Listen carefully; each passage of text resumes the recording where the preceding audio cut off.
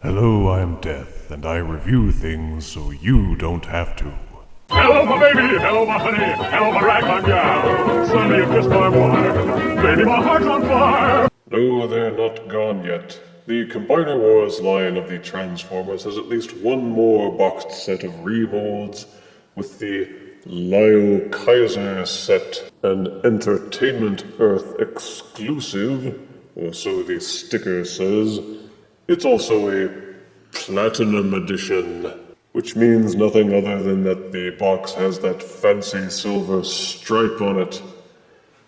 This is a Decepticon remolded set of the Sky Rain Combiner Wars figures with some different deluxes attached. It says that they are a Destron team. Destrons are what they called Decepticons in Japan, so this is their little nod to those origins. Lio Kaiser existed in Generation 1, but somehow never made it stateside for marketing.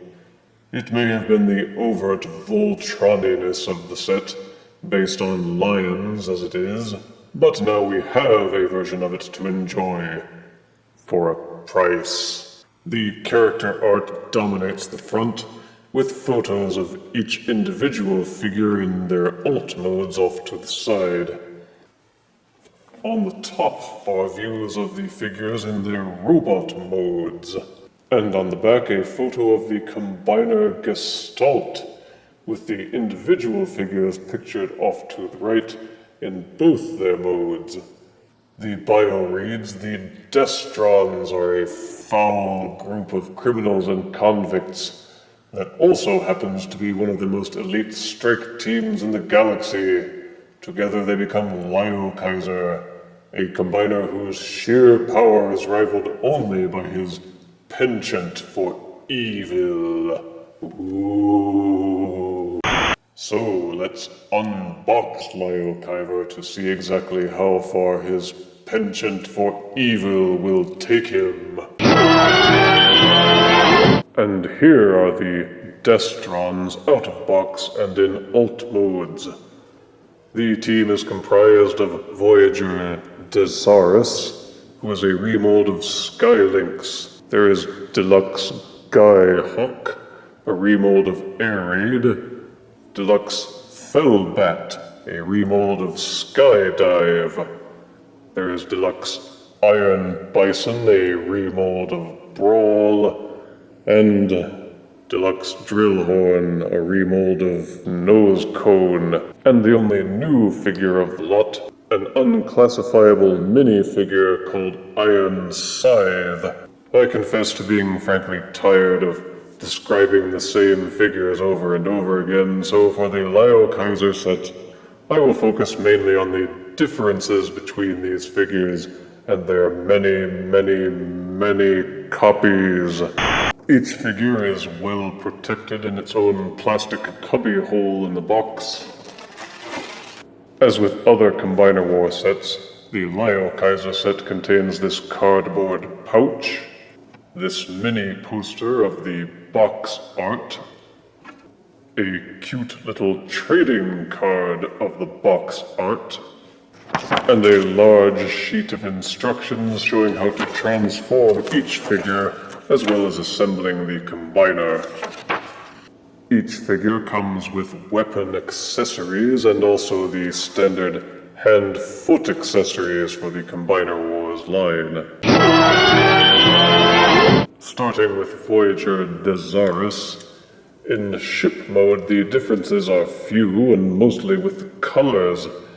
Instead of Skylynx with his white, blue, and red color scheme, Desaras is primarily a kind of dull blue with black highlights, some off-white, and a small smattering of red and gold. The paint applications are done neatly. There are some stickers on the wings to break the monotony. The molding is mostly the same, with the exception being this crest at the top of the ship/head. Somehow this makes it harder to disguise the bird-like nature of the ship's nose cone. That and the red painted eyes are very prominent. The weapon accessories match Skylynx's tuning forks, except they are a matching blue and can plug underneath both wings. Sadly, he still does not have any landing gear beyond these little plastic nubs at the base of the ship. And it still has this big, huge box on its underbelly, which, while it may be Generation 1 accurate, is not aerodynamic at all. In alt mode, Desaras, like Skylynx, looks pretty darn boss. The colors and detailing seem to stand out a little better in this mode. The blue is still dominant, but the black bits, well, if you ask me, black makes everything look better. And there's plenty of it on the neck, the wing tips, the hind quarters, and the claws. The other colors are mostly hidden except on the head, with the red bits poking out on the forearms and the rear legs. You can mount the weapon accessories onto the wings or clamp them around the tail fin.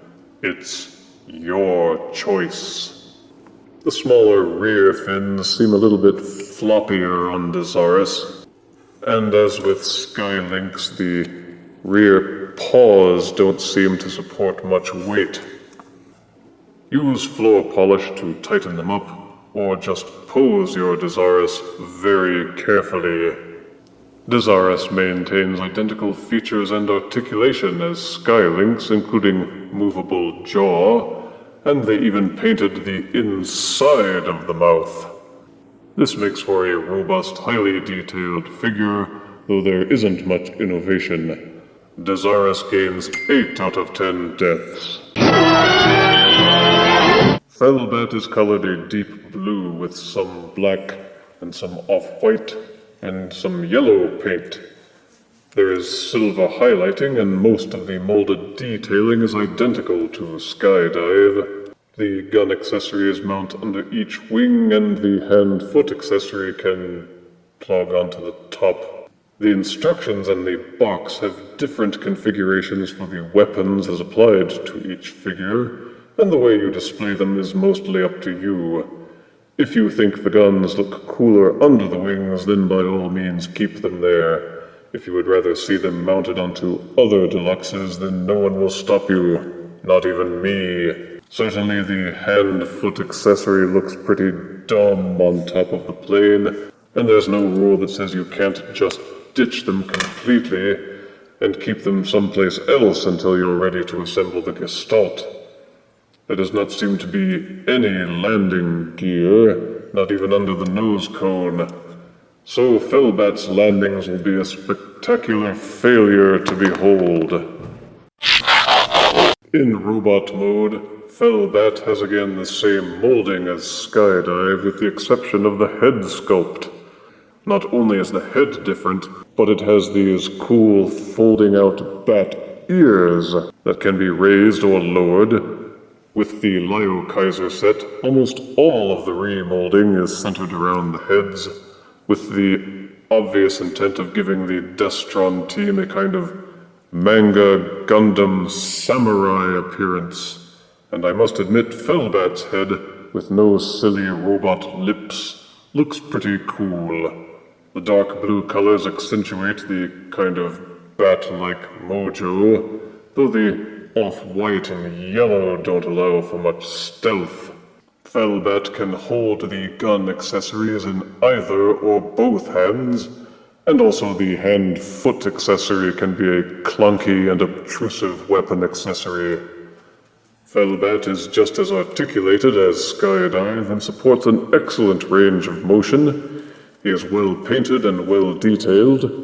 And despite now being like the 5th remold of this figure, he is still strong enough to receive 7 out of 10 deaths. Guyhawk.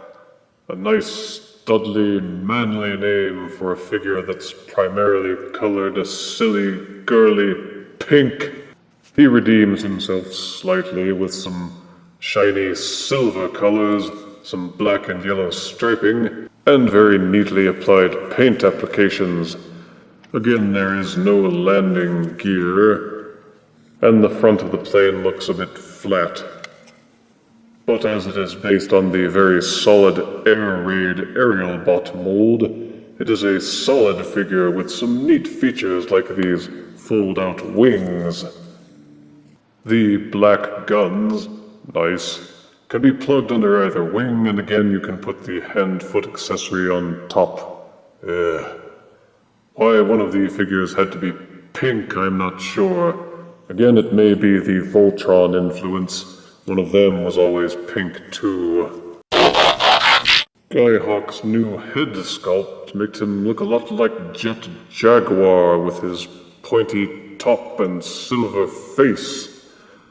Still sporting his garish pink makes the black and yellow highlights stand out nicely at least, and the silver wings look pretty darn cool behind his shoulders. Guyhawk has more options for plugging in the weapon accessories. They can be held in either hand or plugged into the sides of the forearms.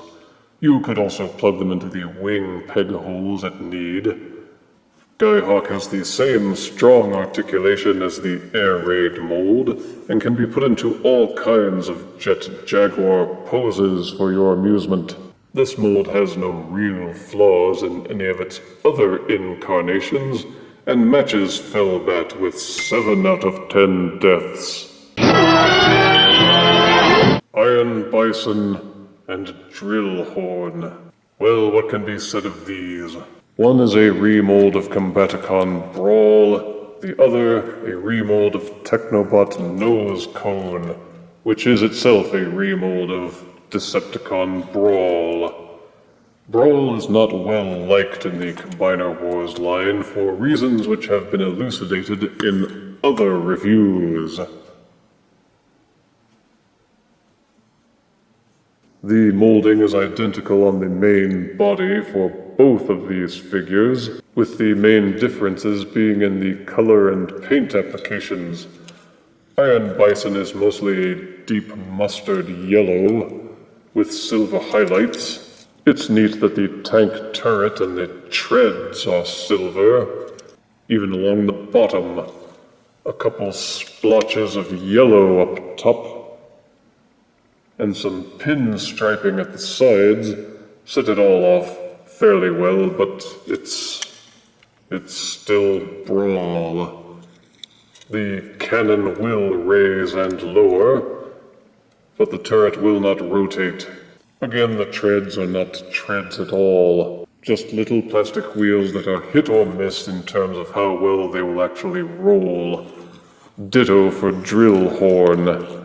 The box and the instructions have you putting the drill bit accessory on the front rather than on the back as they did with Technobot Nose Cone, though you can still do either one if you wish.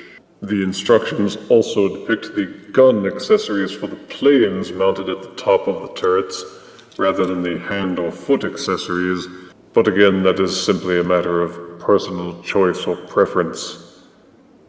The dual guns do look cool on top of the tank, but the hand and foot accessory always worked rather well with Brawl. Ironbison supports the hand-foot fitting on the top, while the drill bit accessory kind of blocks it on Drillhorn.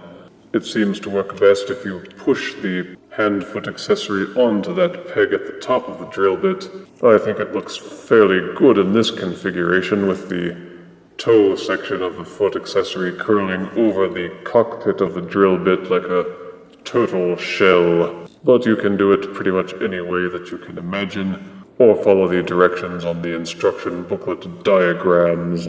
Drillhorn is off-white instead of silver with a deep blue coloring dominating him, very similar to Felbat, though he does have the same pin striping as Ironbison. The Brawl mold, when in robot mode, is something that you either appreciate or can't stand because of the recurring floppy pelvis. It's a crapshoot as to whether it will remain in place when posing or playing with the figures, and something that just can't be ignored. Having tank twins might have been cool except for the flaws in this mold, which again are demonstrated elsewhere. With Drillhorn, you can either leave the drill mounted on his back, or have him carry it as a melee weapon, depending on how lazy you are with your parts forming. Both figures maintain their overall color schemes, with Drillhorn's off-white becoming more prominent, while Ironbison retains his overall balance of mustard yellow.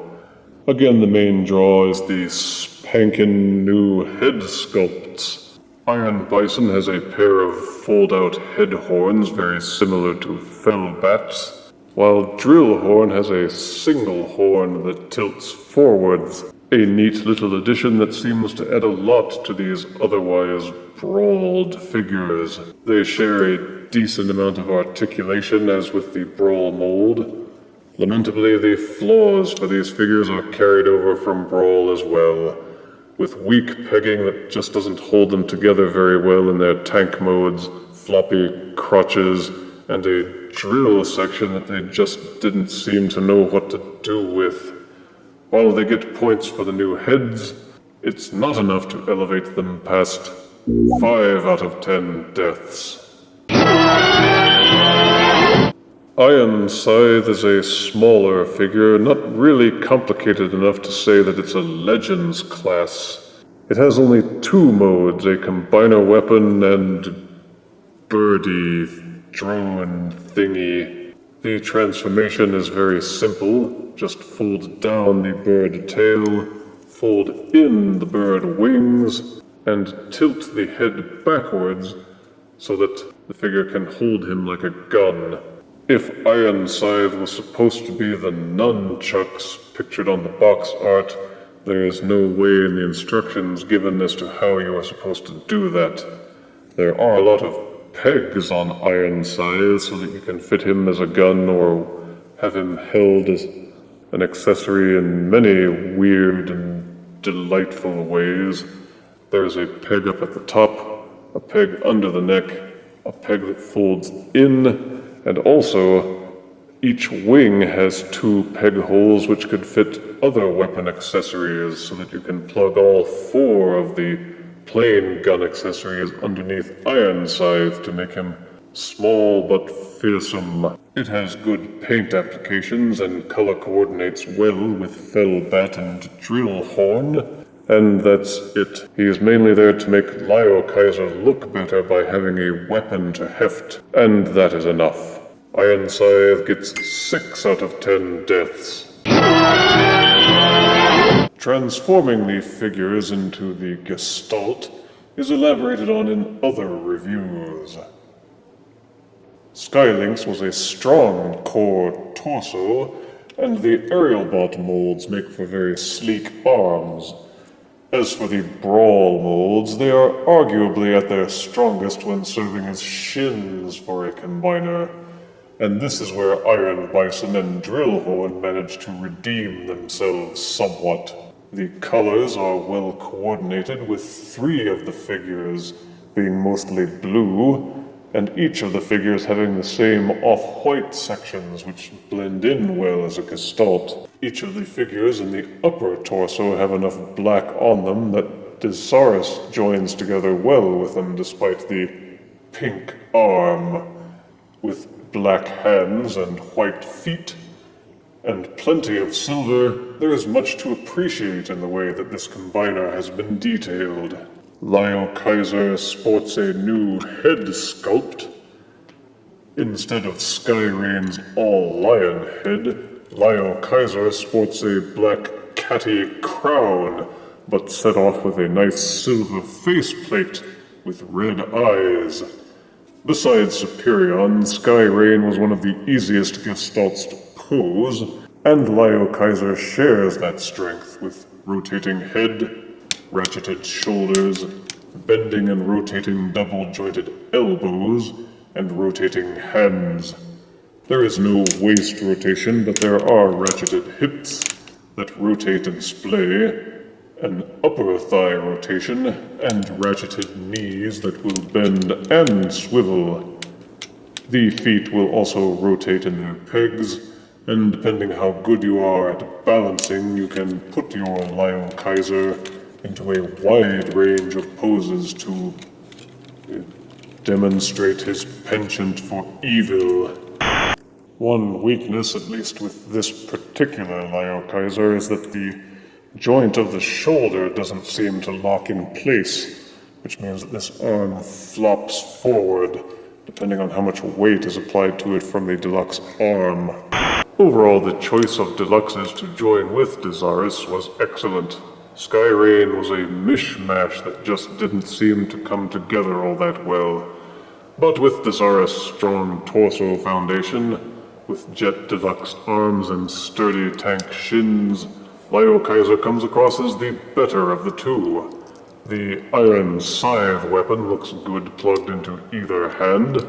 The plain guns can be plugged into the jet wings, or two of them can be slung into the hand accessories top and bottom. The dual tuning forks can still be joined together into a sword, or plugged out of the way on the wings of the jet deluxes. It all depends on how you choose to arm up your Lio Kaiser. The only limit is your imagination. The box art depicts Lio Kaiser wielding some kind of giant nunchucks, but it's unclear from the instructions how this is to be contrived. None of the included weapons seem to match what is on the box, not even Iron Scythe, unless maybe you tie the two tuning forks together or something. For size comparison, here is Lio Kaiser next to Skyrain. Here is Lio Kaiser next to Computron. Here is Lio Kaiser next to deluxe-size Terradive. And here is Lio Kaiser next to Titan Master Nucleon. Is right there. See him? Take that, Nucleon. The individual figures are slightly lacking due to the fact that they have been duplicated so many times. They've simply lost their impact and novelty. But as with the Victorion set, Lio Kaiser as a combiner becomes more appealing since the differences are magnified by joining them together. While I would not pay full price for this set, it can already be found on sale from outlets like Amazon. If you can find him at a discount, you won't be disappointed. I give the Lio Kaiser set 8 out of 10 deaths. Bonsai! If you refuse me, honey, you lose me. Then you'll be left alone, oh baby. Tell them all, and tell me I'm your own.